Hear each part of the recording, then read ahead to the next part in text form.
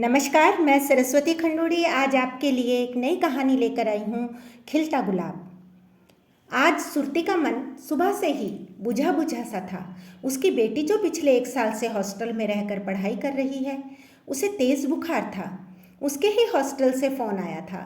उसकी बेटी रीना अभी तक वहाँ के माहौल में ठीक से ढल न पाई थी। पहले पहल तो वह बहुत फ़ोन करती और हर बार एक ही बात कहती, माँ मैं यख नहीं रह सकदो, मैं तो एक ही तंग नहीं करोल, मैं यखन डेरे ली जा माँ। माँ मैं यहाँ नहीं रह सकती, मैं तुम्हें बिल्कुल तंग नहीं करूँगी, मुझे यहाँ से घर ले चलो। पर क्या यह इतना आसान था सुरती के लिए?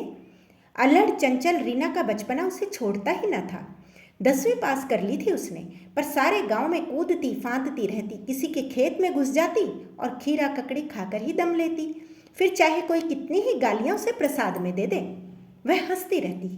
तभी तो सुरती ने उसे हॉस्टल में डाल दिया, क्योंकि उसकी शिकायतों को सुन सुनकर वह तंग आ गई थी। कोई बेटा भी न था उसका। अब तो बेटा बेटी दोनों यही है उसकी। सोचते सोचते उसकी आंखें नम हो गई। रीना के बाबा ने अंदर से ही सुरती को पुकारा तो वह वर्तमान में लौट आई। अरे तू तक रली बैठी कि खाणो भी बना लिया आज? भूखन मेरी गेरी कुंक्याण लेगी, यानी तू बैठी रहेगी या भोजन भी बनाएगी? भूख से मेरा पेट कुल बुला रहा है। हाँ हाँ बनौंदू छो, बनाती हूँ, कहकर वह उठ खड़ी हुई। चूल्हा जोड़कर आग जलाई और दाल पकने को रख दी और चावल बीनने लगी। तब तक बीरू यानी रीना के बाबा भी बाहर आकर अपना हुक्का गुड़गुड़ाने लगे। रीना थे ज्वर छनौना बल, उई का हॉस्टल बिटिन फोन आयु छो, क्या उई थे घर बुला ल्यूं? रीना को बुखार है, हॉस्टल से फोन आया था, क्या उसे घर बुला लें? सुरती ने बीरू से पूछा। दवाई खली तो ठीक हो जली, वह रण दे हुई थे।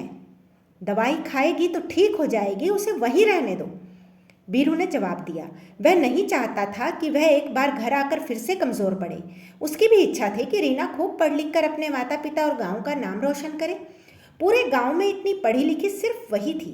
बाकी लड़कियों की पढ़ाई 5वीं या 10वीं के बाद रुकवा कर माता पिता उनकी शादी कर देते थे। स्त्री शिक्षा का मतलब धन की बर्बादी जो समझा जाता था गांव में। परंतु बीरू और सुरती ने अपनी इकलौती संतान को उच्च शिक्षा दिलवाकर कलेक्टर बनाने की ठानी थी। कई लोग कहते, बीरू भाई कल जब बेटी की शादी करोगी तब ये पढ़ाई लिखाई काम ना आएगी, उसे घर गृहस्थी संभालना भी सिखाओ। ससुराल में तो कोई नाज ना उठाएगा, रोटी तो सेंकना आना ही चाहिए।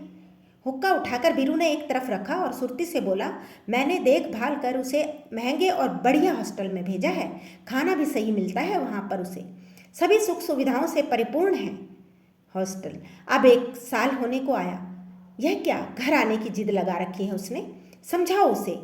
तभी बाहर फूलों के पौधे बेचने वाले ने आवाज़ दी, पौधे ले लो, फल फूल सब्जियों के पौधे। सुरती ने एक गहरी सांस ली। उसे बचपन से ही फुलवारी बहुत भाती थी। उसने उसे बहुत से पौधे खरीद लिए और बगिया में रोपने लगी। खूब खाद पानी देकर छोड़ दिया। एक बार तो पौधे मानो कुम्हला गए। उसने उनमें पानी देना नहीं छोड़ा, वह पास बैठकर उन्हें सहलाती और बतियाती।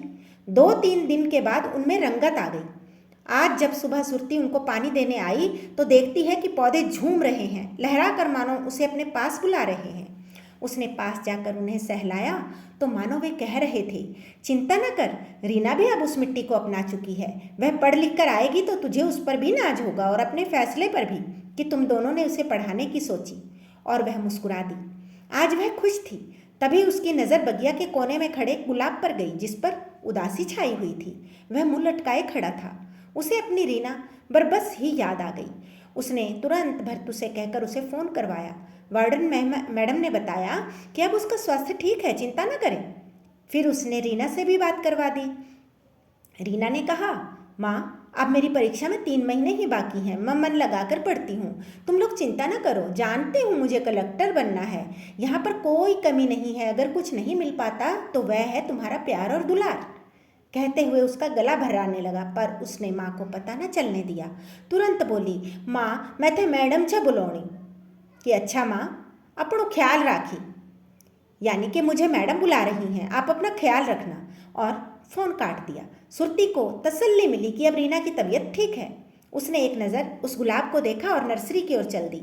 नर्सरी वाले भैया ने आगे बढ़कर उसे प्रणाम किया और बोला, आज कौन सा पौधा खरीदेंगी दीदी?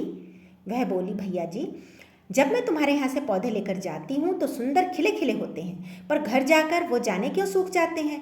मैं तो उन्हें बराबर खाद और पानी भी देती हूँ।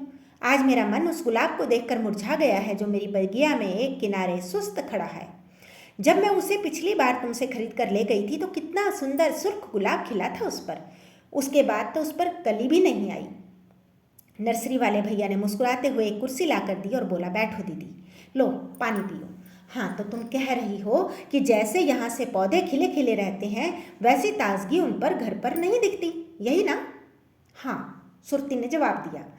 दीदी, ये भी हम इंसानों की तरह होते हैं, इनमें भी जान होती है।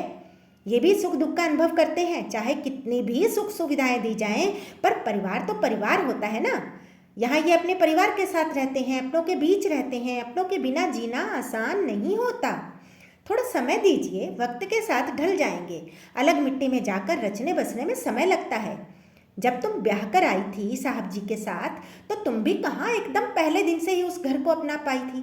समय लगा ना मन लगाने में। बस वही बात है, तुम इनकी देखभाल करना मत छोड़ना। ये भी एक दिन तुम्हारे आंगन में खिलखिलाएंगे। सुरती को अपना रीना का और उस सुंदर गुलाब का मासूम चेहरा नजर आने लगा, मानो उनका दिल किसी ने मुट्ठी में लेकर भींच दिया। वह वहाँ से एक और गुलाब लेकर चल पड़ी, यह सोचकर कि उस गुलाब के ठीक बगल में लगाऊंगी इसे।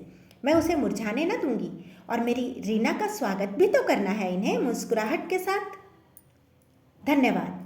अगर यह मेरी कहानी आपको पसंद आई है तो प्लीज़ मेरे चैनल को सब्सक्राइब कीजिए, लाइक कीजिए। धन्यवाद।